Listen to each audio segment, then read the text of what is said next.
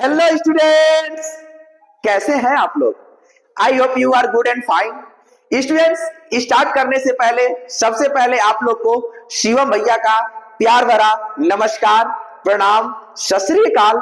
तो स्टूडेंट्स, आज हम लोग जो स्टार्ट करने वाले हैं वो क्या है, हमारा आज का जो सेशन होने वाला है वो क्या है, क्लास 10th का यूपी बोर्ड का साइंस का मॉडल पेपर। जैसा कि स्टूडेंट्स आप लोग जान रहे हैं कि अब पेपर मैक्सिमम 1 महीना ही रह गया है। तो स्टूडेंट्स, ये जो मॉडल पेपर आज मैं लेकर आया हूँ स्टूडेंट्स, एज इट इज ये जो मॉडल पेपर है, हमारा जो बोर्ड का एग्जाम होगा इसके तरह ही क्वेश्चन हमारे बोर्ड में भी आएंगे। यानी कि कहने का मतलब है स्टूडेंट्स, जैसा लेवल यहाँ पे होगा वैसा ही लेवल हमारे बोर्ड में भी क्या होगा, देखने को मिलेगा क्वेश्चंस का। तो स्टूडेंट्स चलिए स्टार्ट करते हैं वो जो हमारा आज का मॉडल पेपर है, देखते हैं क्वेश्चंस कैसे आएंगे हमारे बोर्ड में। तो स्टार्ट करने से पहले फिर एक शायरी के साथ स्टार्ट करते हैं कि स्टूडेंट्स, रख हौसला वो मंजर भी आएगा, प्यासे के पास चलकर समंदर भी आएगा। क्या? रख हौसला वो मंजर भी आएगा, प्यासे के पास चलकर समंदर भी आएगा। रास्ते में आने वाली किसी भी परेशानी से मत घबराना स्टूडेंट्स। क्या? रास्ते में आने वाली किसी भी परेशानी से मत घबराना स्टूडेंट्स, बस मेहनत करते जाना, देखना तुझसे मिलने एक दिनों सितारा भी आएगा, तुझसे मिलने एक दिनों सितारा भी आएगा। तो आइए स्टार्ट करते हैं मॉडल पेपर को और समझते हैं कैसे इसको सॉल्व करना है। तो स्टूडेंट्स, जहां भी आप बैठे हो कुर्सी की बेड़ी बांधकर बैठ जाइए, क्योंकि आज खेल बड़ा होने वाला है। तो आइए देखते हैं हमारा मॉडल पेपर कैसा है और कैसे क्वेश्चंस इसमें आते हैं। आइए स्टार्ट करते हैं, समझते हैं मॉडल पेपर कैसा होने वाला है और इसमें कैसे क्वेश्चन आने वाले हैं। तो आइए स्टूडेंट्स, सबसे पहले हम लोग यहां से स्टार्ट करते हैं। सबसे पहले दिया है प्रतिदर्श प्रश्न पत्र, यानी कि हमारा क्या है, हमारा है क्या, मॉडल, क्या है, मॉडल पेपर। क्या है? मॉडल पेपर सत्र 2024 से 2025, सब्जेक्ट क्या है, साइंस यानी कि विज्ञान, कक्षा 10 के लिए। जो पूर्णांक कितने का होगा स्टूडेंट्स, पूर्णांक जो कितने का होगा, 70 का, और इसमें क्या हो जाएंगे, 30 आपको प्रैक्टिकल के लिए दिए जाएंगे, यानी कि आपका कुल क्या हो जाएगा, कंप्लीट 100 मार्क्स का क्या हो जाएगा, आपका कंप्लीट हो जाएगा। तो आइए स्टूडेंट्स, अब सबसे पहले इसके इंस्ट्रक्शन को पढ़ते हैं, देखा जाए क्या हो रहा है। सबसे पहले इसमें दिया है कि आपको जो इसमें समय होंगे, समय कितना दिया गया होगा, 3 घंटे 15 मिनट। कितना आपको एग्जाम में, एग्जाम को क्वेश्चन को करने के लिए 3 घंटे 15 मिनट दिए जाएंगे। अगला क्या कह रहा है इसमें, कह रहा है कि प्रारंभ के 15 मिनट, यानी कि जो स्टार्टिंग के 15 मिनट है वो क्या है, परीक्षार्थियों को प्रश्न पत्र पढ़ने के लिए निर्धारित है। यानी कि स्टूडेंट्स 3 घंटा 15 मिनट जो आपको मिल रहा है उसमें से 15 मिनट आपको क्या करना है, क्वेश्चन को पढ़ना है। यानी कि 15 मिनट में आपको क्या दिया गया है, क्वेश्चन को पढ़ने के लिए निर्धारित किया गया है। अगला क्या कह रहा है, कह रहा है कि प्रश्न पत्र 2 खंड अ तथा ब में विभाजित है। यानी कि स्टूडेंट्स आपका जो प्रश्न पत्र आपको मिलेगा वो 2 खंड में आएगा। क्या? अ तथा ब। किसमें? अ तथा ब में मिलेगा। अगला क्या कह रहा है कि खंड अ तथा खंड ब 3 उपखंडों, यानी कि 3 उपखंड जो है, सॉरी, अ तथा ब जो 2 उपखंड है वो क्या होगा, 3 उपखंडों, यानी कि उपखंड 1, उपखंड 2, उपखंड 3 में क्या होगा, विभाजित होगा। यानी कि जो खंड अ है वो भी 3 उपखंड में और जो खंड ब है वो भी 3 उपखंड में क्या है, विभाजित है। आगे हम लोग अभी क्वेश्चंस को सबको देखेंगे कैसे क्या करना है। अगला कह रहा है कि प्रश्न पत्र के खंड अ में बहुविकल्पीय प्रश्न, यानी कि स्टूडेंट्स प्रश्न पत्र खंड अ में बहुविकल्पीय प्रश्न, यानी कि क्या आएंगे, एमसीक्यूज आएंगे आपके पास, जिसमें सही विकल्प का चुनाव कर ओएमआर सीट पर नीले अथवा काले पेन।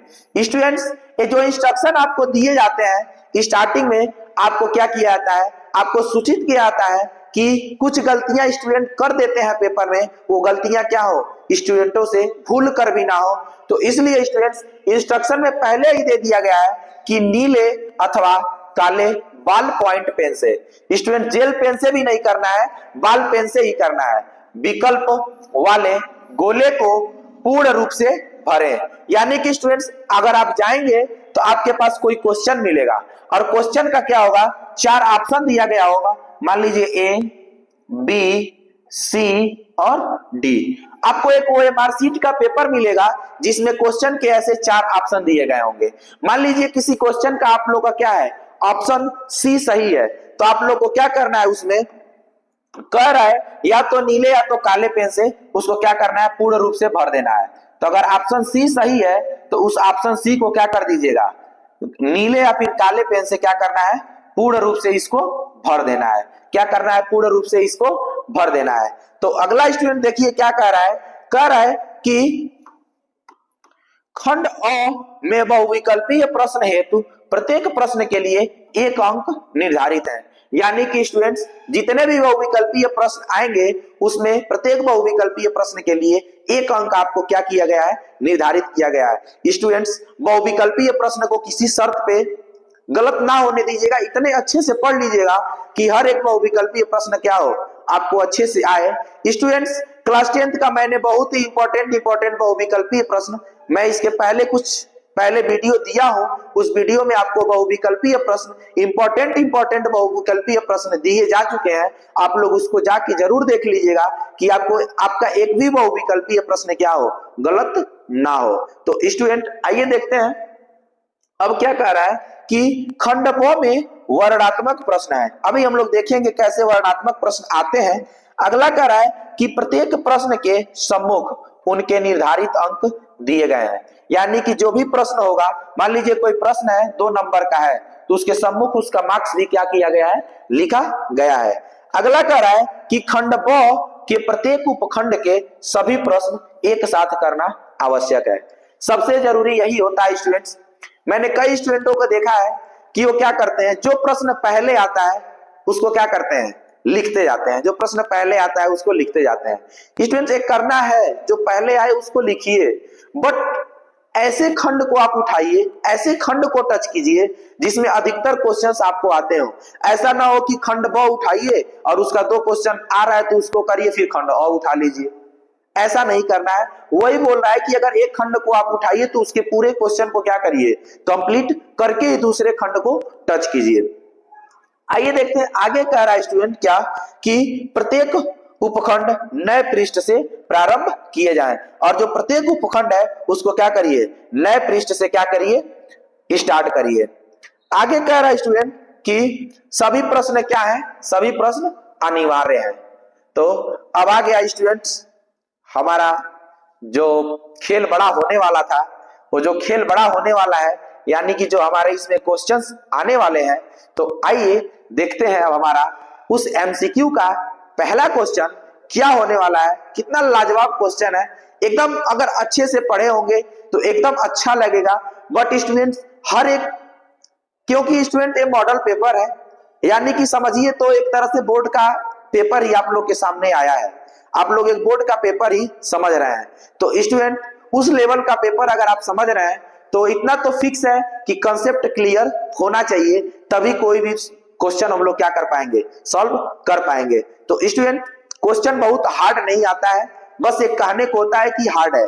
स्टूडेंट अगर कंसेप्ट क्लियर होगा तो क्वेश्चंस बहुत ही इजी होते हैं, बट कंसेप्ट क्लियर होगा तभी हो पाएगा। तो आइए देखते हैं पहला क्वेश्चन क्या कर रहा है। किसी भी क्वेश्चन को करने से पहले स्टूडेंट उसको एकदम बारीकी से पढ़िएगा, क्योंकि एक क्वेश्चन जो होता है ना, एक वर्ड जो होता है पूरे क्वेश्चन के माहौल को बदल देता है।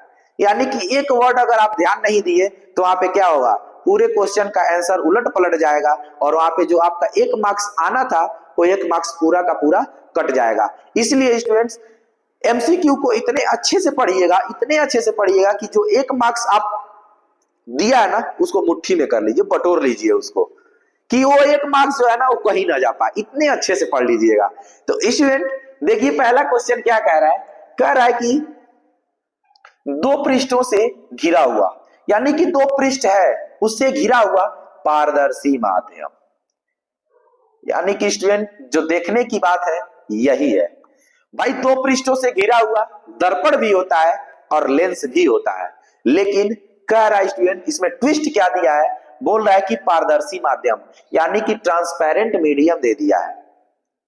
ठीक है, ट्रांसपेरेंट मीडियम आपको दे दिया है। भाई दर्पण हो या फिर लेंस हो, दोनों में दो पृष्ठ होते हैं, बट यहाँ पे क्या दे दिया है, पारदर्शी माध्यम दिया है, यानी कि ट्रांसपेरेंट मीडियम दे दिया है। तो आपको भी पता है, अगर मैं दर्पण को लेता हूं तो दर्पण पे एक तरफ क्या होता है, लेप लगा होता है, तो इससे आने वाली किरणें क्या होती है, यहीं से आके परावर्तित हो जाती है। तो इसलिए हमारा दर्पण तो किसी शर्त पे नहीं होगा। तो इसलिए स्टूडेंट एमसीक्यू को करने के लिए सबसे पहले जो गलत है, यानी कि जो इलिमिनेट करने वाली चीज है, उसको सबसे पहले ऑप्शन को इलिमिनेट करिए। जो गलत है सबसे पहले उसको गलत करिए, लास्ट में जो बचेगा वो सही तो होना ही है। तो स्टूडेंट आइए देखते हैं, सबसे पहले दर्पण तो होगा नहीं, तो दर्पण अगर होगा नहीं तो दर्पण को सबसे पहले गलत करिए। त्रिज्या तो होगी नहीं, क्योंकि ये तो दर्पण से रिलेटेड है, लेंस से भी रिलेटेड है, बट त्रिज्या तो कभी होगा नहीं, क्योंकि आप इसको मैथ में पढ़े होंगे। ये केंद्र है, केंद्र से परिधि की दूरी क्या कहलाती है, त्रिज्या, और दोनों त्रिज्या मिल जाते हैं तो क्या हो जाता है, व्यास बन जाता है। तो त्रिज्या तो होगा नहीं। और समतल दर्पण, दर्पण तो होगा नहीं, क्योंकि मैंने पहले ही बताया दर्पण तो होगा नहीं। यानी कि लास्ट में जो हमारा बचा है गोली लेंस, यानी कि दो पृष्ठों से घिरा हुआ पारदर्शी माध्यम। आपको भी पता है दो पृष्ठ से गोली लेंस भी होता है, चाहे वो उत्तल हो चाहे वो अवतल हो। और लेंस है तो आपको पता है वो क्या होता है, ट्रांसपेरेंट होता है, पारदर्शी होता है। तो इसलिए हमारा यहाँ पे क्या हो जाएगा आंसर, गोली लेंस हो जाएगा। जैसे मान लीजिए मैं ए लेंस लेता हूं, उत्तल है या फिर अवतल है, दोनों लेंस को अगर मैं लेता हूं तो दोनों लेंस पे क्या होगा, पारदर्शी होता है, दोनों दोनों ट्रांसपेरेंट होता है। तो इसलिए ये क्या होता है, दो पृष्ठों से घिरा हुआ होता है। अगला क्वेश्चन कह रहा है कि दंत विशेषज्ञ मरीजों के दांतों का बड़ा प्रतिबिंब। जो दांत के डॉक्टर होते हैं, आप देखते होंगे एक औजार होता है, उससे देखते हैं दांत को, और वो दांत क्या होता है, बड़ा दिखाई देता है। तो वही बोल रहा है कि मरीजों के दांतों का बड़ा प्रतिबिंब देखने के लिए किस दर्पण का उपयोग करता है। तो स्टूडेंट मैंने इसके पहले बहुत सारे क्वेश्चन मैं कराया हूं, अगर उस क्वेश्चन को जाके इसके प्रीवियस वीडियो को अगर आप देखेंगे तो दीर्घ उत्तरी, लघु उत्तरी, एमसीक्यू बहुत सारे क्वेश्चन मैं करवाया हूं। और एमसीक्यू में बहुत सारे क्वेश्चन को मैंने दीर्घ उत्तरी और लघु उत्तरी की तरह समझाया भी है। तो उस प्रीवियस वीडियो को एक बार आप जाके जरूर देखिएगा हमारे चैनल में। तो स्टूडेंट कह रहा है क्वेश्चन में कि वो जो डॉक्टर होता है ना, मरीज को देखे होंगे अपने बिस्तर पे, जो भी उसका बिस्तर होता है उस पे लेटाता है और पूरा बाकायदे उसको क्या करता है, देखता है। जो औजार लिया रहता है, जो मशीन लिया रहता है, तो क्या करता है, बड़ा करके देखता है। तो वही बोल रहा है कि जो बड़ा प्रतिबिंब दिखाई देता है वो किस दर्पण के द्वारा होता है। तो स्टूडेंट्स इसके पहले मैंने कई वीडियो में ये सब सारी चीजें मैंने कराई है कि अवतल दर्पण से कैसा प्रतिबिंब बनता है और उत्तल दर्पण से कैसा प्रतिबिंब बनता है। तो स्टूडेंट आप पढ़े होंगे तो आपको पता होगा, अगर नहीं भी पढ़े होंगे तो ऐसे क्वेश्चन जाके आप कर लीजिएगा। तो आपको ऑप्शन में मिला है कि अवतल दर्पण, समतल दर्पण, उत्तल दर्पण सभी। सबसे पहले स्टूडेंट समतल दर्पण है तो कभी भी बराबर ही बनाएगा क्योंकि समतल है। और अगर आप पढ़े होंगे तो अगला दिया इसमें उत्तल दर्पण, तो उत्तल दर्पण में स्टूडेंट हमेशा छोटा प्रतिबिंब बनता है। तो यानी कि हमारा क्या होगा, समतल होगा नहीं, उत्तल दर्पण होगा नहीं, सभी होगा नहीं, यानी कि हमारा आंसर क्या हो जाएगा, अवतल दर्पण। तो स्टूडेंट जैसे मान लीजिए इस क्वेश्चन का आंसर हमारा क्या हो गया, ए हुआ है, तो आपको ये मार्कशीट में मिलेगा ए बी सी डी। इसी को क्या करना है, आपको काले या फिर नीले पेन से क्या करना है, इसको पूर्ण रूप से भर देना है। मान लीजिए हमारा पहला ऑप्शन क्या है, सही है, इस ओएमआर शीट में क्या करेंगे, इस पहले ऑप्शन को क्या कर देंगे, पूर्ण रूप से रंग देंगे, भर देंगे, कलर कर देंगे। जो समझना है वैसे आप समझ सकते हैं। अच्छे तरह से इसको क्या करेंगे, रंग देंगे, भर देंगे। अगला क्वेश्चन क्या कर रहा है स्टूडेंट, आइए देखते हैं। कह रहा है अगला क्वेश्चन स्टूडेंट कि किसी उत्तल लेंस के सामने, क्या कह रहा है कि किसी उत्तल लेंस के सामने 2f, क्या कह रहा है, कह रहा है कि किसी उत्तल लेंस, लेंस सबसे पहले देखिएगा, कह रहा है कि किसी उत्तल लेंस, उत्तल लेंस सबसे पहले हम लोग उत्तल लेंस को बनाते हैं। एक क्या है हमारा उत्तल लेंस, कह रहा है कि उत्तल लेंस के सामने 2f, सबसे पहले क्या कह रहा है आपका, यहां पे क्या होता है F1, यहां पे क्या होता है 2F1, यहां पे क्या होता है F2, यहां पे क्या होता है 2F2। तो कह रहा है स्टूडेंट कि क्वेश्चन में कह रहा है कि किसी उत्तल लेंस के सामने 2F और अनंत के बीच, यानी कि स्टूडेंट यहाँ पे 2F है, कहीं अनंत यहाँ पे होगा, ठीक है, अनंत के बीच बिंब यानी कि वस्तु क्या किया गया है, रखा गया है, इसका प्रतिबिंब बनेगा। तो स्टूडेंट अगर यहाँ पे कोई वस्तु यहाँ पे रखी गई है तो आपको पता है जब भी कोई मुख्य अक्ष से होके जाता है तो कहां से होके गुजरता है, फोकस से। मुख्य अक्ष के समांतर जाता है तो कहां से होके गुजरता है, फोकस से होके गुजरता है। कहां से गुजरता है, फोकस से होके गुजरता है, ठीक है, फोकस से होके गुजरता है। और अगर कोई सेंटर से जाता है तो क्या होता है, दूसरी क्या किरण कहां जाती है, सेंटर से होके जाती है तो आगे तक जाती है, तो जहां भी मिलता है क्या है, जहां भी मिलता है वही उसका क्या हो जाता है, प्रतिबिंब हो जाता है। तो स्टूडेंट आप देख रहे होंगे वस्तु इतनी बड़ी है और उसका प्रतिबिंब क्या है, छोटा है। तो इसलिए स्टूडेंट सबसे पहले प्रतिबिंब क्या है, छोटा बन रहा है। तो इसमें सबसे पहले देखेंगे तो अगर ऑप्शन को आपको इलिमिनेट करना है तो आप देखिए छोटा किसमें है और किसमें नहीं है। तो आप देखेंगे इसमें छोटा किसमें है, सिर्फ इसी वाले में दिखाई दे रहा है, और जी सब क्या है, सब में बड़ा दिखाई दे रहा है, तो बड़ा तो कभी होगा नहीं, इसलिए हमारे तीनों ऑप्शन यही क्या हो जाएंगे, गलत हो जाएंगे, और छोटा वाला क्या हो जाएगा, सही हो जाएगा। तो स्टूडेंट वास्तविक उल्टा और छोटा बनेगा। अगला क्वेश्चन क्या कह रहा है स्टूडेंट,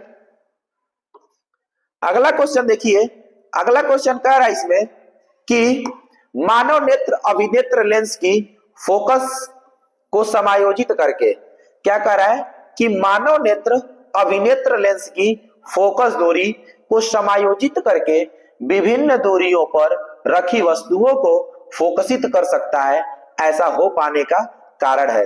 तो स्टूडेंट सबसे पहले तो दृष्टि दोष किसी शर्त पे नहीं होगा, क्योंकि वो पूछ रहा है कि फोकस दूरी जो अभिनेत्र लेंस है वो फोकस दूरी को समायोजित कैसे करता है, तो उसको क्या बोलते हैं, तो वही बोल रहा है। तो स्टूडेंट आप देखते होंगे अभिनेत्र लेंस क्या होती है, पश्चिमावी मांसपेशियों के द्वारा क्या होगी, पकड़ी गई रहती है। जैसे प्रकाश हमारी आंख तक आती है उस हिसाब से वो क्या करता है, जैसे हमको किसी वस्तु को देखनी रहती है उस हिसाब से घटाना बढ़ाने का काम क्या करता है, वो करता रहता है। तो वही बोल रहा है कि समायोजित करके दूरी पर रखी वस्तुओं को फोकसित कर सकता है, ऐसा हो पाने का कारण है।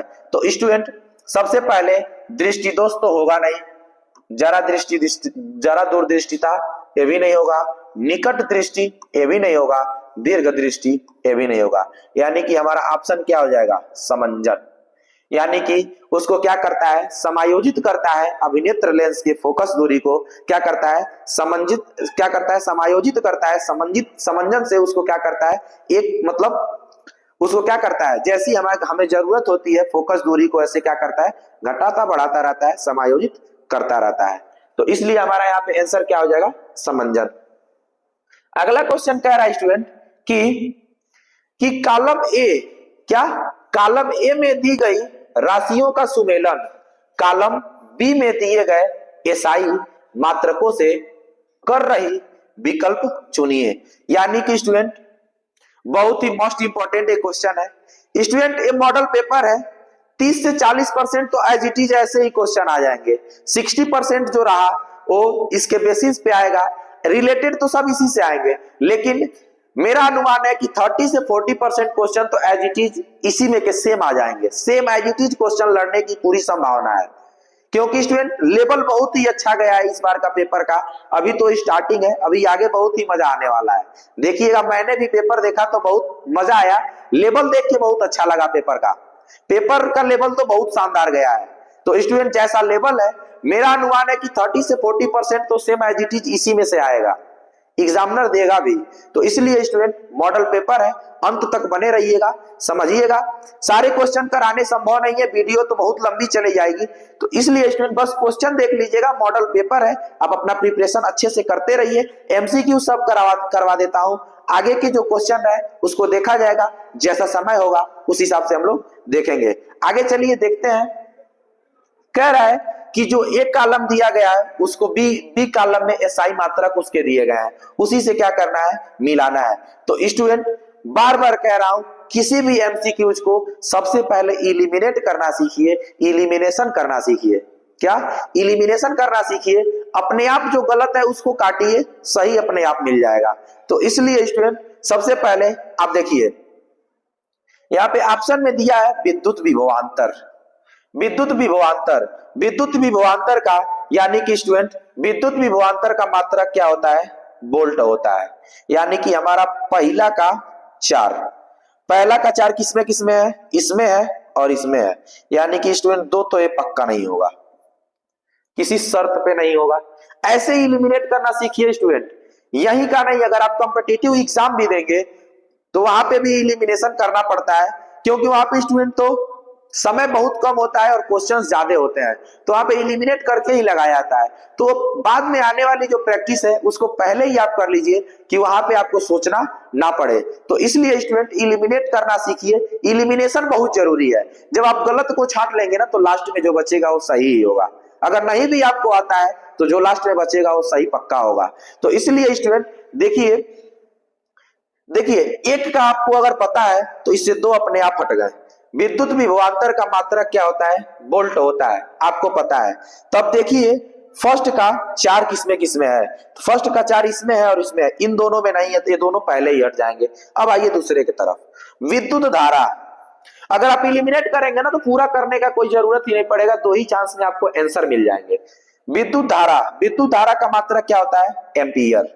क्या होता है, एम्पियर। और एम्पियर किसमें आ रहा है, हमारा दूसरे का पहला। अब दूसरे का पहला देखिए, अब दूसरे का पहला किसमें आ रहा है, इसमें आ रहा है, और इसमें दूसरे का दूसरा, यानी कि हमारा फर्स्ट ऑप्शन भी यहाँ पे क्या हो जाएगा, गलत हो जाएगा। यानी कि आप यहीं पे अंदाजा लगा सकते हैं कि हमारा ऑप्शन क्या हो जाएगा, ऑप्शन डी जो है यहाँ पे क्या होगा, सही हो जाएगा। आगे चलते हैं, देखते हैं। तो इसमें विद्युत शक्ति का वाट हो जाएगा और प्रतिरोध का मात्रक ओम होता है, आपको बहुत अच्छे से पता होगा। आगे चलिए देखते हैं, आगे क्वेश्चन क्या कह रहा है। आगे कह रहा है स्टूडेंट क्वेश्चन कह रहा है कि दो चालक तार, क्या कह रहा है, दो चालक तार जिनके पदार्थ लंबाई तथा व्यास समान है।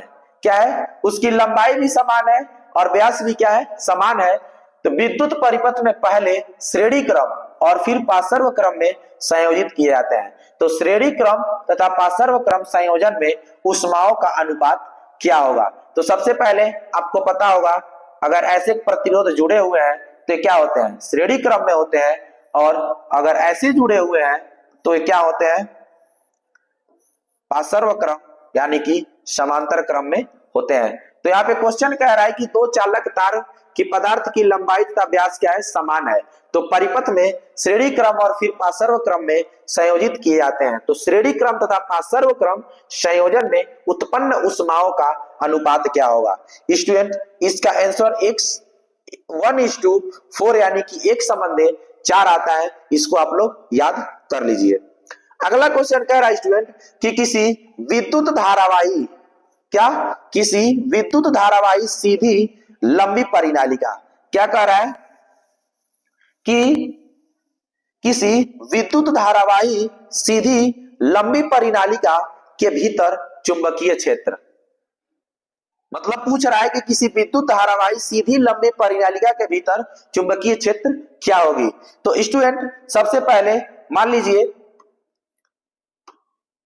मैं यहाँ पे कोई एक रॉड लेता हूं, ठीक है, रॉड लेता हूं और कह रहा है कि क्या, सीधी लंबी परिनालिका, क्या कह रहा है, सीधी लंबी परिनालिका, और इस पे हम लोग क्या करते हैं, परिनालिका को लपेट देते हैं, या फिर एक परिनालिका को फॉर्म करते हैं, ठीक है। यहां से क्या होता है, करंट आता है जाता है।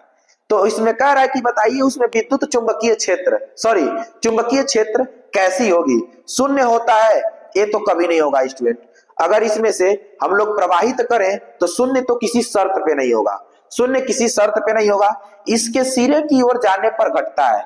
ऐसा नहीं है स्टूडेंट, इधर से आता है तो इधर जाने में घटेगा थोड़ी, चुंबकीय क्षेत्र इधर जाने में थोड़ी घटेगा, तो इसलिए ये भी ऑप्शन नहीं होगा। इसके सिरे की ओर जाने पर बढ़ता है, बढ़ेगा भी नहीं, तो इसलिए ये भी नहीं होगा। सभी बिंदुओं पर समान रहता है, हाँ ये हो सकता है कि इसमें आ रही है तो क्या होगा, सभी बिंदुओं पे क्या हो सकता है, समान। हमारा ऑप्शन क्या हो जाएगा, सही, सभी बिंदुओं पे समान रहता है। आइए अब देखते हैं अगला क्वेश्चन क्या कह रहा है। अगला क्वेश्चन यानी कि स्टूडेंट हमारा उपखंड 2 आ गया। उपखंड 2 में देखिए कह रहा है स्टूडेंट इसमें कि बेंजीन का संरचनात्मक सूत्र है। तो सबसे पहले स्टूडेंट बेंजीन का अगर आप फॉर्मूला जानेंगे तो C6H6 होता है। क्या होता है, C6H6 होता है। और बेंजीन का कुछ ऐसा स्ट्रक्चर होता है, ठीक है, इसके अल्टरनेट कार्बन पे क्या होते हैं, बॉन्ड लगे होते हैं। क्या, इसके अल्टरनेट कार्बन पे क्या होते हैं, बॉन्ड, डबल बॉन्ड होते हैं। इसको देखते हैं दोबारा, क्या होता है, इसके अल्टरनेट कार्बन पे क्या होते हैं, बॉन्ड लगे होते हैं। तो कह रहा है कि C6H6 यानी कि कार्बन की संख्या 6, यानी कि यहाँ पे कार्बन 2 3 4 5 6, यानी कि कार्बन की संख्या 6 और हाइड्रोजन की भी संख्या कितनी होगी, 6। हाइड्रोजन की भी संख्या कितनी होगी, 6। तो स्टूडेंट अगर आप ऐसा स्ट्रक्चर इसमें कहीं देख पा रहे हैं तो बताइएगा कौन सा ऐसा स्ट्रक्चर आपको दिखाई दे रहा है। तो स्टूडेंट कार्बन की संख्या 6, तो यहाँ पे अल्टरनेट कार्बन पे क्या है, डबल बॉन्ड है, तो इसलिए हमारा यहाँ पे ऐसा स्ट्रक्चर ऑप्शन सी में दिखाई दे रहा है। तो इसलिए स्टूडेंट हमारा आंसर क्या हो जाएगा, ऑप्शन सी। क्या हो जाएगा, ऑप्शन सी इसका आंसर हो जाएगा। अगला कह रहा है स्टूडेंट क्वेश्चन कि निम्नलिखित में से, क्या कह रहा है, निम्नलिखित में से समजातीय श्रेणी है। समजातीय श्रेणी का मतलब यह हुआ स्टूडेंट कि उसमें क्या होगा,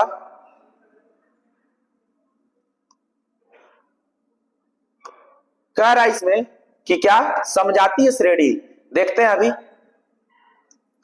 कह रहा है इसमें क्या, निम्नलिखित में से समजातीय श्रेणी है।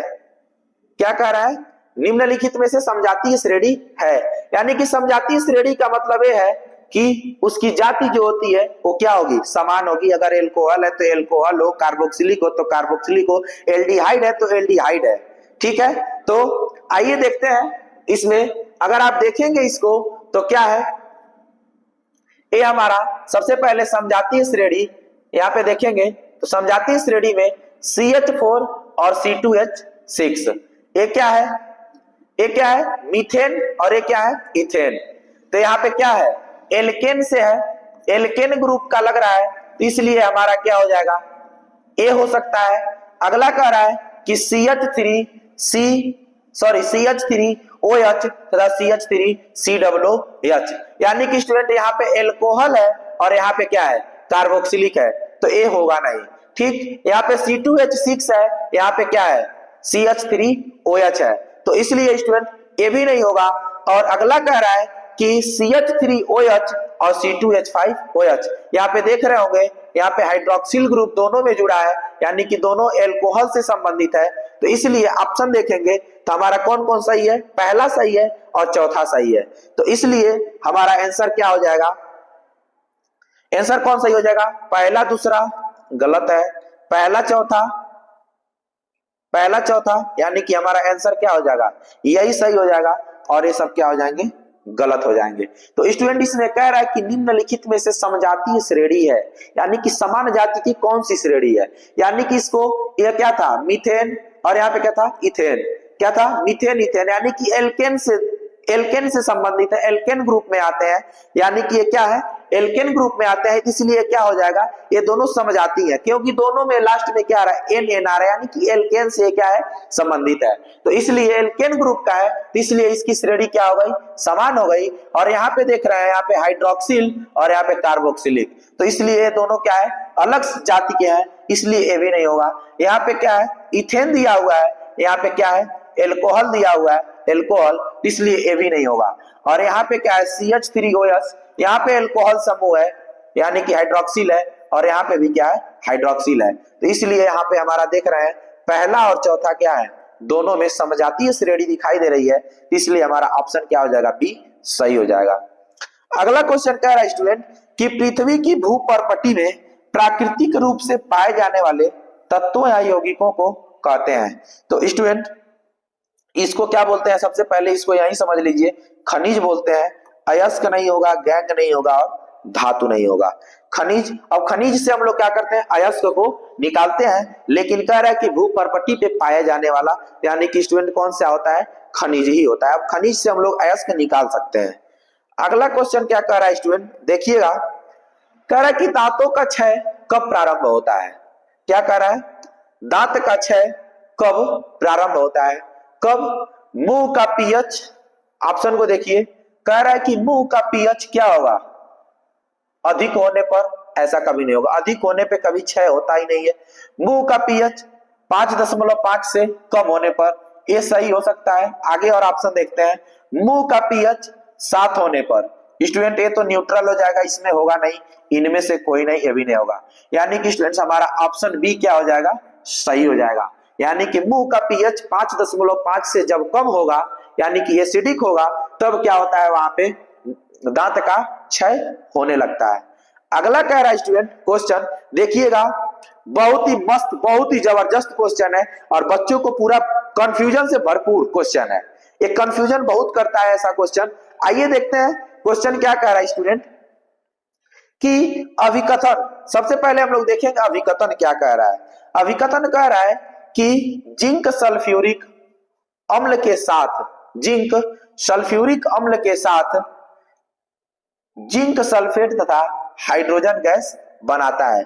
जिंक क्या कर रहा है, देखिएगा, जिंक क्या कर रहा है, सल्फ्यूरिक अम्ल, सल्फ्यूरिक एसिड यानी कि H2SO4 के साथ क्या कर रहा है, रिएक्ट करके कह रहा है कि जिंक सल्फेट क्या कर रहा है, जिंक सल्फेट बना रहा है, और हाइड्रोजन क्या कर रहा है, हाइड्रोजन गैस बाहर निकाल रहा है। तो यह एक विस्थापन अभिक्रिया है। तो कह रहा है कि जिंक सल्फ्यूरिक अम्ल के साथ अभिक्रिया करके, जिंक सल्फ्यूरिक अम्ल के साथ क्या करके, अभिक्रिया करके जिंक सल्फेट तथा हाइड्रोजन गैस बनाता है। यह एक विस्थापन अभिक्रिया है। अगर अभिकथन दिया है तो पूछ रहा है कि बताइए सही है कि गलत है। सबसे पहले आपको जो अभिकथन मिला है ये तो पूरा सही है, क्योंकि भाई जब इसमें अभिक्रिया करा रहा है तो अभिक्रिया कराने के बाद आपको पता है ये क्या है, विस्थापन अभिक्रिया है।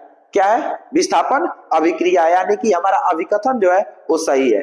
अगला कह रहा है, उसका तर्क दिया है कि जिंक ऑक्सीजन के साथ क्या कर रहा है, जिंक ऑक्सीजन के साथ अभिक्रिया करके जिंक ऑक्साइड बनाता है। भाई सही है कि जिंक ऑक्साइड क्या है, बनाता है।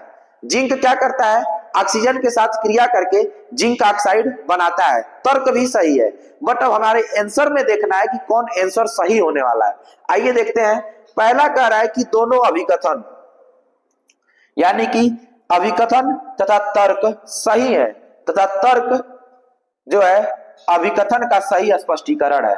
नहीं स्टूडेंट, यहाँ पे बात कुछ और हो रही है और यहाँ पे बात कुछ और हो रही है। यहाँ पे तो क्या किया गया, इसमें दिखाया है कि विस्थापन है, ये भी सही है, ये भी सही बोला है कि जिंक क्या करिए, ऑक्सीजन के साथ क्रिया करके जिंक ऑक्साइड बनाता है। अभिकथन भी सही है, तर्क भी सही है, बट तर्क जो है अभिकथन का स्पष्टीकरण नहीं कर रहा है। क्या है, स्पष्टीकरण नहीं कर रहा है, लेकिन यहाँ पे ऑप्शन में दिया का सही स्पष्टीकरण है, तो इसलिए हमारा ये ऑप्शन क्या हो जाएगा, गलत हो जाएगा। अगला कह रहा है कि अभिकथन तथा तर्क दोनों सही है, परंतु तर्क अभिकथन का स्पष्टीकरण नहीं है, यानी कि हमारा स्टूडेंट आंसर क्या हो जाएगा, आगे बढ़ने से पहले आंसर हमारा यही हो जाएगा, ऑप्शन बी जो है यही हमारी आंसर हो जाएगी, क्योंकि स्टूडेंट दोनों कथन, अभिकथन और तर्क दोनों सही हैं, लेकिन तर्क क्या कर रहा है, सही स्पष्टीकरण नहीं कर रहा है, यानी कि बात उसकी नहीं कर रहा है, इसलिए ऑप्शन बी क्या हो जाएगा यहीं पे सही हो जाएगा। अगला क्वेश्चन देखते हैं स्टूडेंट।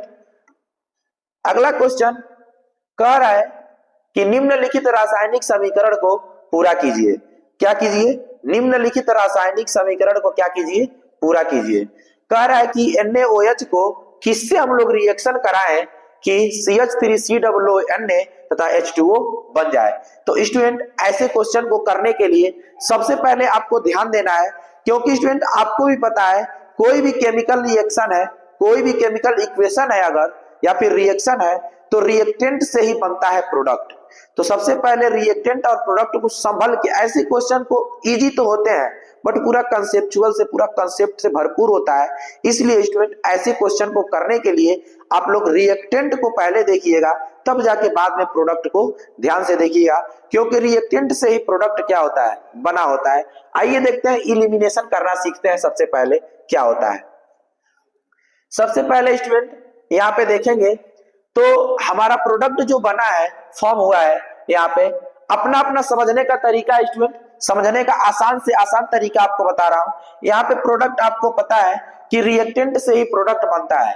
अब प्रोडक्ट जो बना है इसमें स्टूडेंट सबसे पहले COONA आ गया है, यानी कि अगर Na मैं भूल भी जाऊं तो COO की कहानी यहाँ आई है, यानी कि स्टूडेंट यहाँ तो इतना फिक्स है कि कोई COO वाला ही आएगा जो क्या करेगा, प्रोडक्ट को बनाएगा, क्योंकि आपको भी पता है कि रिएक्टेंट से ही प्रोडक्ट बनता है। तो सबसे पहले COO इसमें नहीं है, ए भी नहीं होगा, COO इसमें भी नहीं है, ए भी नहीं होगा, दो ऑप्शन यहीं पे इलिमिनेट हो गए। क्योंकि स्टूडेंट इतना तो पता है अगर COO बन रहा है इधर तो फिक्स है कि रिएक्टेंट कुछ ऐसे ही कंपाउंड से मिलके बना होगा, तभी प्रोडक्ट इधर COO से फॉर्म हो रहा है। अब अगला देखते हैं, अगर फिर अब COO इसमें भी है, इसमें भी है, अब फिर इसको कैसे इलिमिनेट करें। अब बात आती है हाइड्रोजन की संख्या। देखिए, क्योंकि जितना इधर बैलेंसिंग आप पढ़े होंगे तो आपको भी पता होगा जितनी हाइड्रोजन इधर होगी उतना ही हाइड्रोजन भी क्या होगा, इधर भी होगा। तो अगर आप देखेंगे तो इसमें हाइड्रोजन की संख्या कितनी है, 3 2 5। इधर प्रोडक्ट साइड में हाइड्रोजन की संख्या कितनी दिखाई दे रही है, 5। तो स्टूडेंट यहाँ पे कितना है, 6। तो यहाँ पे हाइड्रोजन की संख्या से इसको यहाँ पे इलिमिनेट कर दिए, 3 2 5 और 1 6 दिख रहा है। तो स्टूडेंट अगर यहाँ पे ऑप्शन में इसको दूं तो अगर CH3COOH रखा जाए तो आप देख रहे हैं इसके जगह पे अगर मैं ए रखूं तो आप देख रहे हैं इधर हाइड्रोजन की संख्या 3 4 5 इधर है और इधर भी 3 2 5 है, यानी कि स्टूडेंट बैलेंस ही पूरा इक्वेशन क्या है, बैलेंस हो चुका है। तो इसलिए इस रासायनिक समीकरण को पूरा करने के लिए हम लोग क्या करेंगे, CH3COOH कंपाउंड लेंगे। आइए अगला क्वेश्चन देखते हैं। अगला क्वेश्चन क्या कह रहा है कि उपखंड, क्या, उपखंड 3 में कह रहा है क्वेश्चन, अंतः शोषण के दौरान वायु प्रवाह का सही मार्ग है। यानी कि हम लोग बायोलॉजी में प्रवेश कर चुके हैं। कह रहा है कि अंतः शोषण के दौरान वायु प्रवाह का सही मार्ग है, जो हम लोग अंदर ऑक्सीजन या फिर ऑक्सीजन जो लेते हैं, हवा लेते हैं, वो क्या कर रहा है, उसका कह रहा है कि उसका सही मार्ग बताइए। तो सबसे पहले स्टूडेंट बार बार कह रहा हूं, इलिमिनेशन करना सीखिए। बार बार हर एक MCQ में इलिमिनेशन करना जिस दिन आ गया उस दिन बहुत अच्छा आप लोग मार्क्स पाएंगे भी और एक भी क्वेश्चन गलत भी नहीं होगा। सबसे पहले कह रहा है कि नासाद्वार, नासाद्वार के बाद यहाँ पे कंठ दे दिया है। सबसे पहले देखिए, सबसे पहले जो इसमें गलत होने वाली है सबसे पहले उसको गलत कीजिए। कंठ से स्टार्ट है, ये होगा नहीं, ठीक है। कंठ से क्या है, स्टार्ट है, ये होगा नहीं, ठीक। नासा द्वार से यहाँ स्टार्ट है, ये भी नहीं होगा। सबसे पहले क्या होगा, नासा मार्ग होगा, ठीक। अब यहाँ पे क्या है, यहाँ पे भी नासा द्वार है और कंठ है। अगर थोड़ी देर के लिए नासा मार्ग ना हो तो नासा द्वार वाला सही हो सकता है, बट यहाँ पे क्या है, नासा द्वार उसके बाद जस्ट कंठ दे दिया है, तो कंठ तो कभी नहीं होगा क्योंकि अभी नासा मार्ग यहाँ पे उपस्थित है। तो स्टूडेंट इसलिए हमारा ऑप्शन क्या हो जाएगा, यहाँ पे ऑप्शन बी सही हो जाएगा। नासा मार्ग के द्वारा नासा द्वार नासा द्वार से श्वास नली, श्वास नली से ग्रसनी, ग्रसनी से कंठकूपिकाएं, यानी कि हमारा आंसर क्या हो जाएगा, आंसर बी सही हो जाएगा।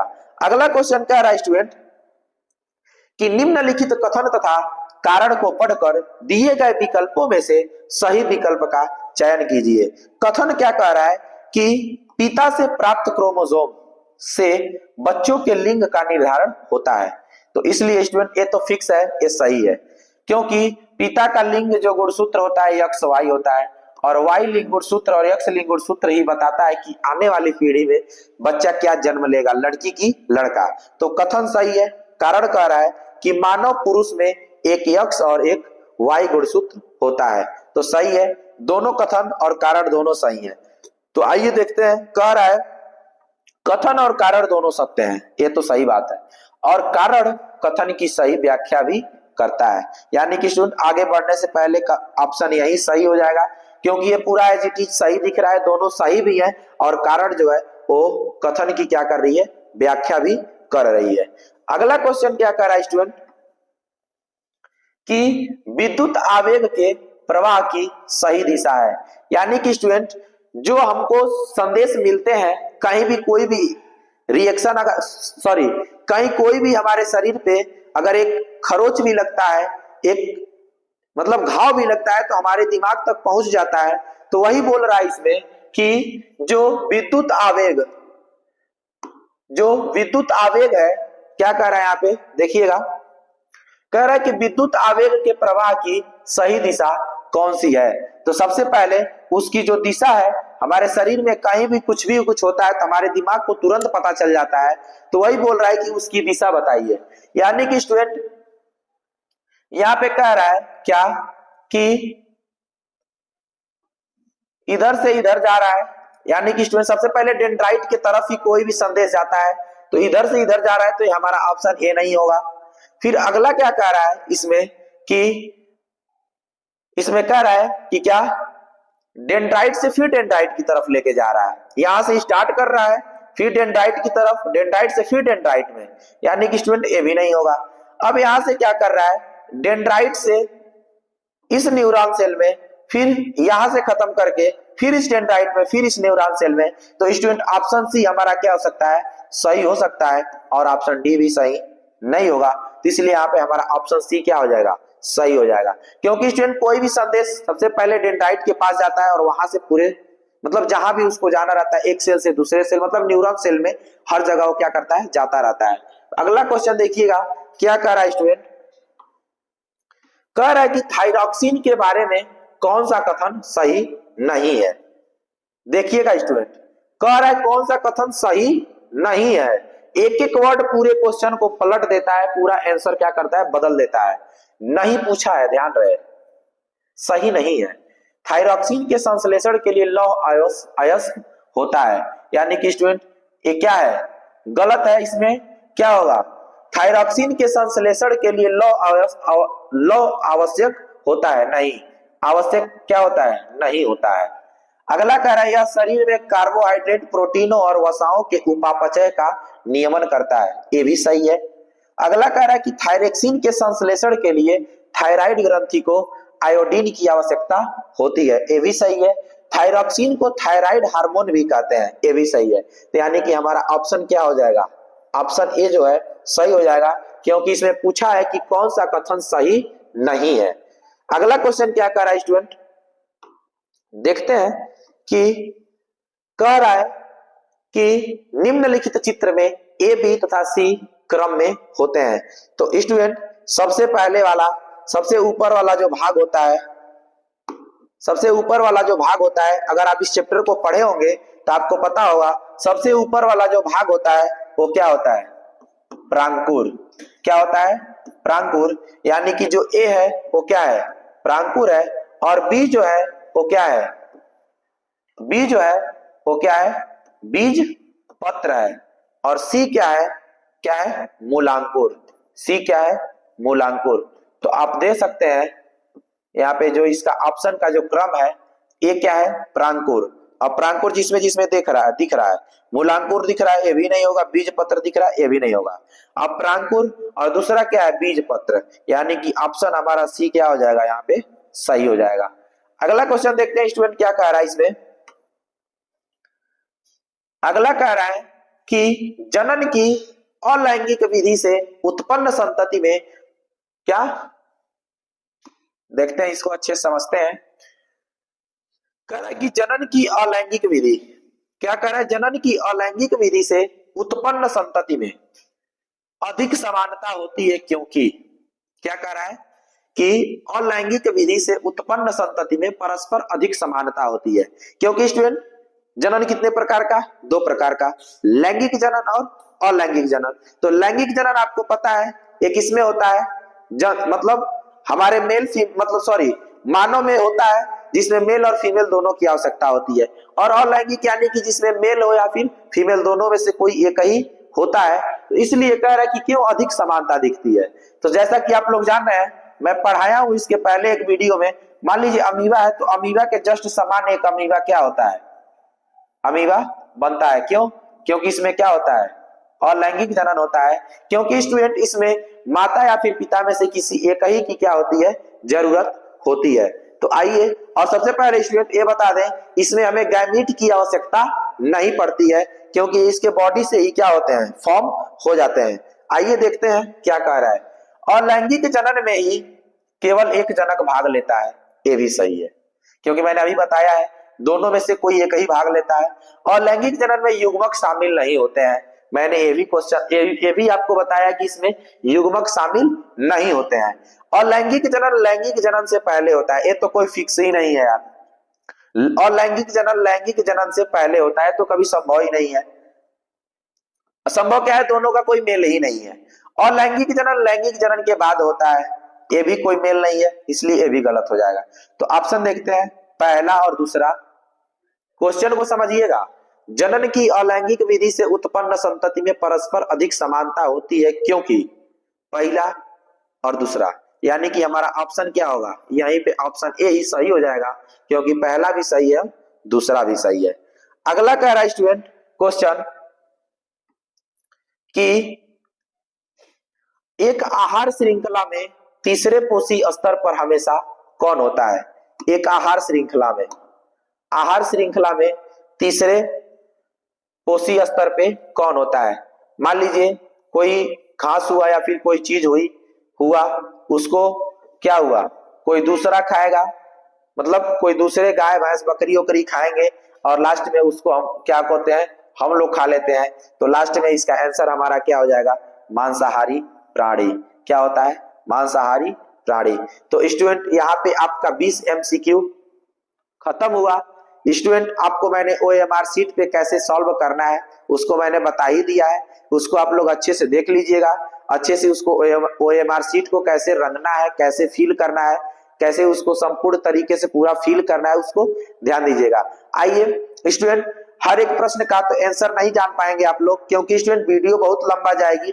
इस पेपर को क्या करना है, बस मॉडल पेपर है, पेपर देख लीजिए किस तरह के किस लेवल के क्वेश्चंस आने वाले हैं। आइए अब बढ़ते हैं हम लोग अगले क्वेश्चन की तरफ। अगला क्वेश्चन क्या कह रहा है, क्वेश्चन कह रहा है, कुछ क्वेश्चंस के आंसर हम लोग देख लेंगे, ठीक है। तो आइए देखते हैं। पहला क्वेश्चन कह रहा है कि पहले सभी क्वेश्चन को देख लेते हैं, उसके बाद जितना आंसर मैं लेकर आया रहूंगा उसको आप लोग देख लीजिएगा, क्योंकि स्टूडेंट सभी आंसर लाने संभव नहीं है, वीडियो बहुत लंबी चली जाएगी। बस आप लोग देख लीजिए किस बेसिस पे क्वेश्चन आने वाले हैं। पहला क्वेश्चन कह रहा है, खंड ब का वर्णनात्मक प्रश्न में कह रहा है कि दृष्टिदोष किसे कहते हैं, यह कितने प्रकार के होते हैं। दूसरा कह रहा है कि हमें आकाश में इंद्रधनुष केवल वर्षा के पश्चात ही क्यों दिखाई देता है। सभी क्वेश्चंस आप देखते चलिए, अभी कुछ क्वेश्चंस का आंसर मैं लेकर आया हूं, अभी देखिएगा। अगला कह रहा है कि उत्तल लेंस को अभिसारी लेंस क्यों कहा जाता है। अवतल दर्पण तथा उत्तल दर्पण के उपयोग लिखिए। स्टूडेंट बहुत इजी क्वेश्चन है, इसको अगर आप करेंगे तो कर लेंगे, बट कुछ क्वेश्चंस के आंसर मैं लेकर आया, उसको देख लीजिएगा, और जो नहीं हो पाएगा उसको क्या करिएगा, आप लोग इसको इस मॉडल पेपर को सॉल्व कर लीजिएगा। और स्टूडेंट सबसे पहले आपको बता दें, प्रैक्टिस आज ही से करना स्टार्ट कर दीजिए, क्योंकि स्टूडेंट कई स्टूडेंटों को मैंने देखा है बोलते हैं कि सर लॉन्ग छूट गया, कोई बोलता है एक क्वेश्चन छूट गया, कोई बोलता है वो क्वेश्चन छूट गया। स्टूडेंट सबसे बड़ा कारण है प्रैक्टिस ना करके जाना, क्योंकि स्टूडेंट समय कम है, क्वेश्चन ज्यादा हैं। अगर आप प्रैक्टिस नहीं करके जाएंगे, 3 घंटे 15 मिनट घर पे कभी बैठेंगे नहीं, घर पे कभी प्रैक्टिस करेंगे नहीं, तो वहां कैसे अचानक जाके दे लेंगे। इसलिए स्टूडेंट सबसे पहले घर पे आज ही से आप लोग जितना भी मॉडल पेपर मिलता है, जितना अनसॉल्व के क्वेश्चन मिलते हैं, सबको सॉल्व कीजिए। 3 घंटे 15 मिनट बैठिए और सबको सॉल्व कर डालिए। जब प्रैक्टिस यहाँ पे मजबूत रहेगी, वहां पे ऑटोमेटिक क्या होगा, अच्छे राइटिंग में भी लिखेंगे। क्योंकि स्टूडेंट स्टार्टिंग में तो मैंने कई स्टूडेंटों को देखा है, वो स्टार्टिंग में इतनी राइटिंग से लिखेंगे और लास्ट में जाते जाते जाते जाते उसकी क्या होती है, पूरी पोथी बनती जाती है। क्यों? कारण यही होता है कि प्रैक्टिस करके ना जाना। इसलिए स्टूडेंट घर पे अगर प्रैक्टिस करके गए रहेंगे और 3 घंटे 15 मिनट में सॉल्व करना रहेगा, तो आप लोग अच्छे से सॉल्व कर भी लेंगे। आइए देखते हैं क्वेश्चन क्या कह रहा है। अगला क्वेश्चन कह रहा है कि किसी 4 ओम प्रतिरोधक से प्रति सेकंड 100 उष्मा। स्टूडेंट न्यूमेरिकल क्वेश्चन है, इसको आप लोग देख लीजिएगा। आगे चलते हैं, आगे देखते हैं क्वेश्चन क्या कह रहा है। आगे क्वेश्चन कह रहा है कि दो चुंबकीय क्षेत्र रेखाएं एक दूसरे को क्या कर रही हैं, प्रतिच्छेद क्यों नहीं करती हैं। कह रहा है कि दो चुंबकीय क्षेत्र रेखाएं एक दूसरे को प्रतिच्छेद क्यों नहीं करती हैं। दूसरा कह रहा है कि चुंबकीय क्षेत्र रेखाओं के गुण को लिखिए। स्टूडेंट बहुत इजी क्वेश्चन है। अभी एमसीक्यू में कुछ लेवल अप गया था, इसमें भी कुछ लेवल अप अभी आएगा, बट ये सब क्वेश्चंस बहुत इजी है। जो इजी है उसको आप लोग कर लीजिएगा, और कुछ क्वेश्चंस मैं लेकर आया भी हूं, उसको देख लीजिएगा। किसी चुंबकीय क्षेत्र में स्थित विद्युत धारावाही चालक पर आरोपित बल कब अधिकतम होता है। ऐसे क्वेश्चंस है, इसको देखते चलिए। फ्यूज तार विद्युत साधित्रों का बचाव किस प्रकार करता है। धारावाही परिनालिका के उपयोग द्वारा किन अवस्थाओं में विद्युत चुंबक प्राप्त किया जाता है। परिपथ आरेख खींचकर उत्तर की पुष्टि कीजिए। स्टूडेंट धारावाही परिनालिका मैंने अभी बताया है, इसका अगर आप लोग आंसर लिखेंगे तो आंसर लिखने के बाद इसको धारावाही परिनालिका आप लोग बना सकते हैं अच्छे से। स्टूडेंट सभी आंसर लाने संभव नहीं है, बहुत वीडियो लंबी हो जाएगी, क्योंकि क्वेश्चंस बहुत ज्यादा हैं और सबका आंसर लाना आसान नहीं है, क्योंकि स्टूडेंट अथवा अथवा करके दिया हुआ है। तो इसलिए स्टूडेंट इसको देख लीजिए आप लोग। अगला देखते हैं क्वेश्चन क्या कह रहा है इसमें, कि तनु सल्फ्यूरिक अम्ल दानेदार जिंक के साथ अभिक्रिया करता है। अभी इसके पहले आप लोग को एक जगह आया था एमसीक्यू में, तनु सल्फ्यूरिक अम्ल क्या दानेदार जिंक के साथ अभिक्रिया करता है। अभी आप लोगों ने देखा है, इसको एक बस देख लीजिए। कह रहा है तनु सल्फ्यूरिक अम्ल H2SO4 क्या कर रहा है, जिंक के साथ रिएक्ट कर रहा है। जब जिंक के साथ रिएक्ट कर रहा था तो आप लोग देखे हैं जिंक सल्फेट प्लस हाइड्रोजन क्या हो रहा था, निकल जा रहा था। तो इसलिए स्टूडेंट यही कह रहा है कि अभिक्रिया के लिए संतुलित समीकरण लिखिए। स्टूडेंट अगर आपको एलिमेंट्स के नाम याद होंगे, उसके सिंबल याद होंगे, तभी आप कर पाएंगे, और बैलेंसिंग आपको पता होगी तभी आप इस क्वेश्चंस को कर पाएंगे। स्टूडेंट्स बैलेंसिंग के क्वेश्चन और कुछ इंपॉर्टेंट क्वेश्चन जो इसके हैं, मैं इसके अगले वीडियो में जरूर लेकर आऊंगा, क्योंकि स्टूडेंट इस वीडियो में बहुत ही लंबा हो जाएगा, ठीक है। तो इसलिए स्टूडेंट बैलेंसिंग के क्वेश्चन और जो पीछे न्यूमेरिकल मैं छोड़ा हूं, जो नहीं बताया हूं, वैसे वैसे न्यूमेरिकल दर्पण के हो या फिर विद्युत चैप्टर के हो, सबका एक वीडियो मोस्ट इंपोर्टेंट न्यूमेरिकल के वीडियो आपको दिए जाएंगे। उसको आप लोग एक बार अच्छे से पढ़ लीजिएगा। कुछ ही दिनों में लेकर आऊंगा, 2 से 3 दिन में आप लोग को लेकर जरूर आऊंगा, उसको आप लोग पढ़ लीजिएगा पूरा न्यूमेरिकल का वीडियो, और बैलेंसिंग की भी वीडियो आएगी, उसको भी आप लोग पढ़ लीजिएगा। यहाँ पे 6वां क्वेश्चन, अब इसके आगे आप लोग पढ़ लीजिएगा, इसको बैलेंसिंग करना है। अगला क्वेश्चन कह रहा है कि निम्नलिखित का कारण बताइए। प्लेटिनम सोना व चांदी उपयोग आभूषण बनाने के लिए किया था, क्यों, इसका कारण बताना है। अगला कह रहा है सहसंयोजी आबंध किसे कहते हैं। सहसंयोजी आबंध के 2 लक्षणों को लिखिए, इसका यूपीएससी नाम लिखना है। कठोर जल को साबुन में उपचारित करने पर झाग के निर्माण को समझाइए। अगला क्वेश्चन देखिए, कह रहा है कि निम्नलिखित पर टिप्पणी लिखिए। विकृत गंधिता क्या, विकृत गंधिता रेडॉक्स रिएक्शन, विकृत गंधिता रेडॉक्स रिएक्शन स्थिरीकरण। तो स्टूडेंट इसको आप लोग देख लीजिएगा। अगला क्वेश्चन देखिए, बायोलॉजी का स्टार्ट हुआ है, इसको आप लोग बायोलॉजी का अच्छे से पढ़ लीजिएगा। मानव में आहार नाल का आरेख बनाइए, आहार नाल को बनाना है। स्त्री केसर का स्वच्छ एवं नामांकित आरेख बनाइए। परागनली की वृद्धि और बीजांड उसके प्रवेश करते हुए दिखाइए।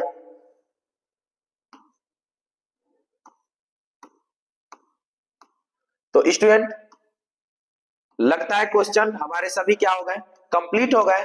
इसको आप लोग क्या करिएगा, जो क्वेश्चन मैं नहीं कराया हूं उसको आप लोग अच्छे से देख लीजिएगा, कर लीजिएगा। बात रही न्यूमेरिकल्स की, तो न्यूमेरिकल का और सब नहीं छोड़ रहा हूं स्टूडेंट, इसमें कुछ क्वेश्चंस हैं जो ज्यादातर थ्योरेटिकल है, उसको आप लोग देख लीजिएगा बुक से, एक बार एनसीईआरटी से उसको पढ़ लीजिएगा। बात रही न्यूमेरिकल्स की और जो बैलेंसिंग की, मैं इसको भी, इसकी वीडियो आप लोग को जरूर दूंगा। तो इसलिए स्टूडेंट आपका यहाँ पे जो क्वेश्चन है समाप्त हुआ, और कैसे किसको क्या करना है आप लोग ये भी जान गए। आइए अब देखते हैं, कुछ क्वेश्चंस ऐसे हैं जिसका आंसर हम लोग देख लेंगे। कुछ क्वेश्चंस का आंसर लेकर आया हूं, स्टार्ट करिए सर। चलिए देखते हैं। सबसे पहले क्वेश्चन हमारे पास आया था, एक दृष्टि दोष किसे कहते हैं। क्या बोला था इसमें, दृष्टि दोष किसे कहते हैं, दृष्टि दोष किसे कहते हैं, यह कितने प्रकार के होते हैं।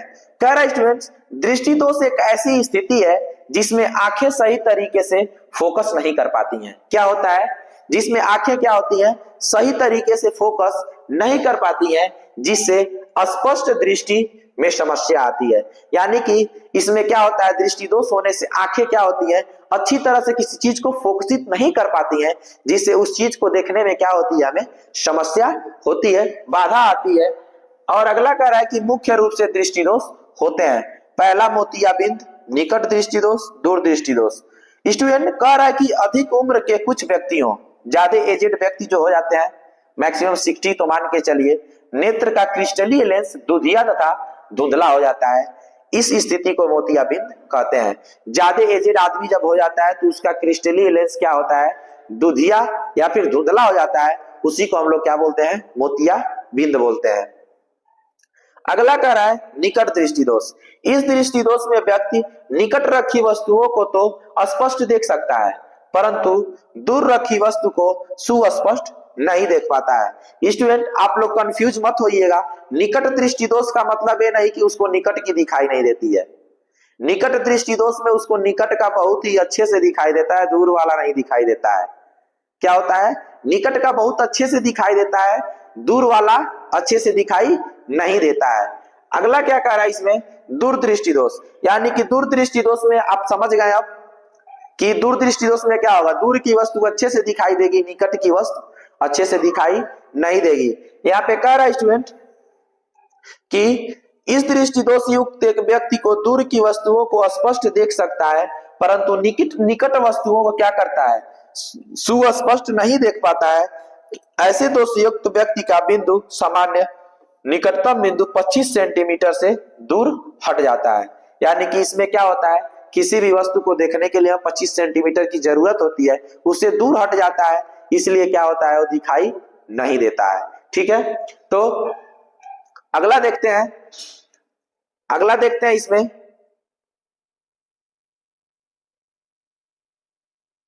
अगला क्या कह रहा है, कह रहा है कि हमें आकाश में इंद्रधनुष केवल वर्षा के पश्चात ही दिखाई देता है।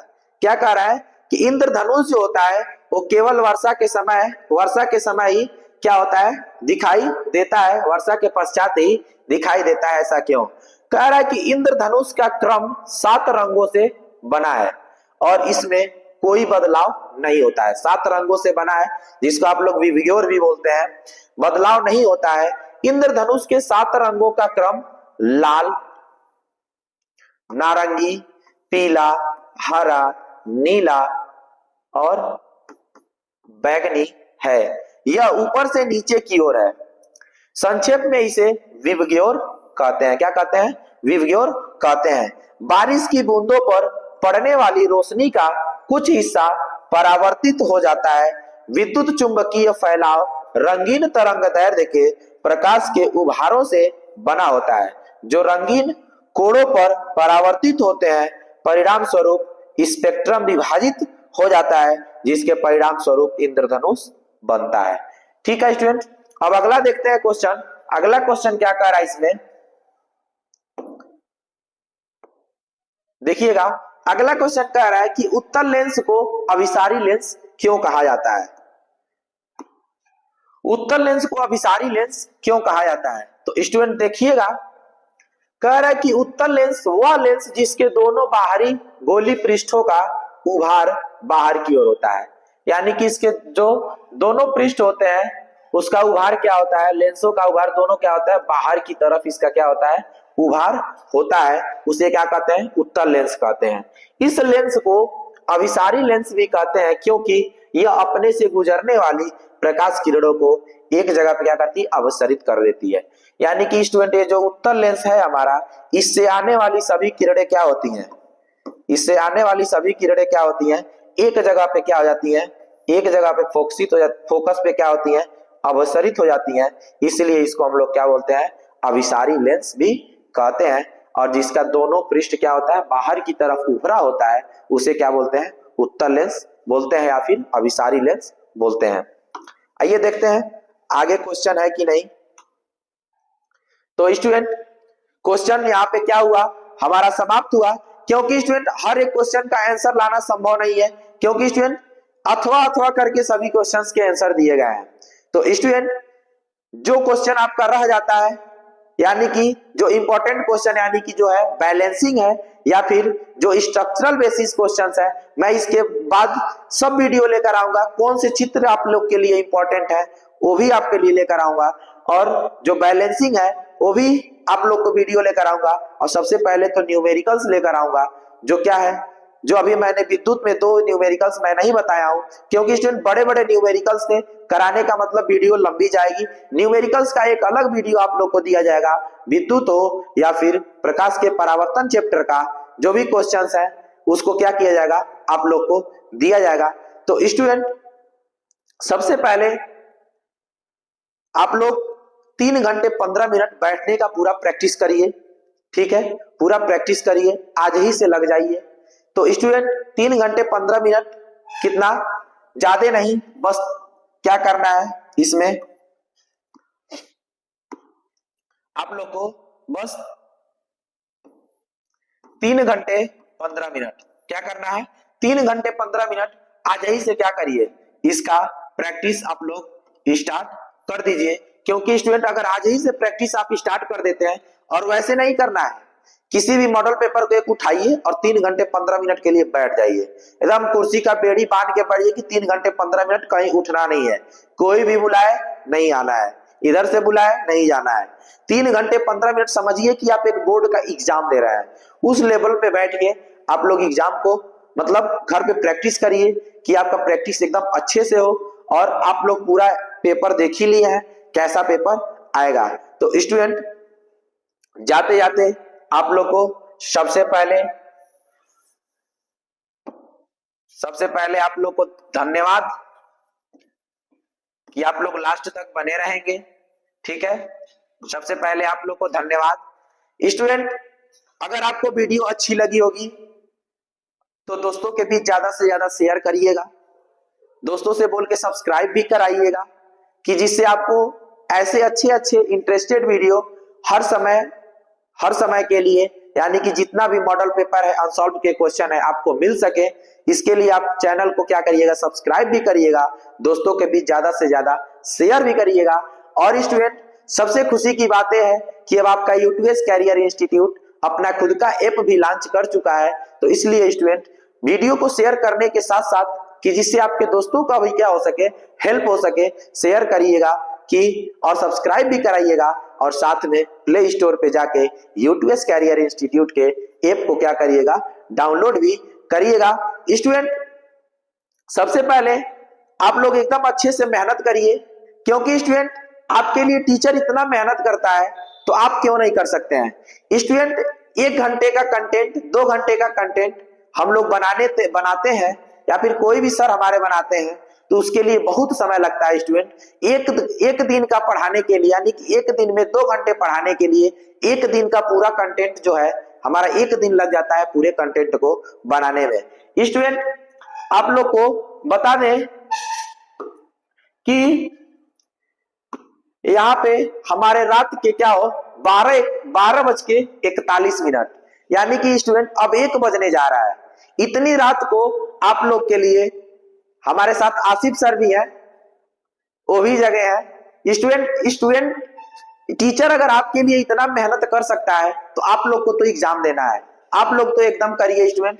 सबसे पहले जो 3 घंटे 15 मिनट प्रैक्टिस का मैं जो बताया हूं उसको ध्यान दीजिएगा, प्रैक्टिस जबरदस्त करिएगा, क्योंकि स्टूडेंट अगर इतनी रात को अगर टीचर मेहनत कर सकता है तो आप जरूर कर सकते हैं, क्योंकि स्टूडेंट आपको एग्जाम देना है। तो आशा करता हूं आप लोग को ये वीडियो अच्छी लगी होगी। रात के 12:41 हो रहे हैं, अगर इतनी रात को हम लोग अभी भी जगह हैं आप लोग के लिए, तो आप लोग को अभी इससे और ज्यादा जगना चाहिए। मंजिल एक बार मिल जाने के बाद तो ऐसे सोना ही है। तो इसलिए स्टूडेंट वीडियो अच्छी लगी होगी तो दोस्तों के बीच शेयर करिएगा और चैनल को भी सब्सक्राइब करिएगा और यूटीएस कैरियर इंस्टीट्यूट को डाउनलोड भी करिएगा। जय हिंद, जय भारत।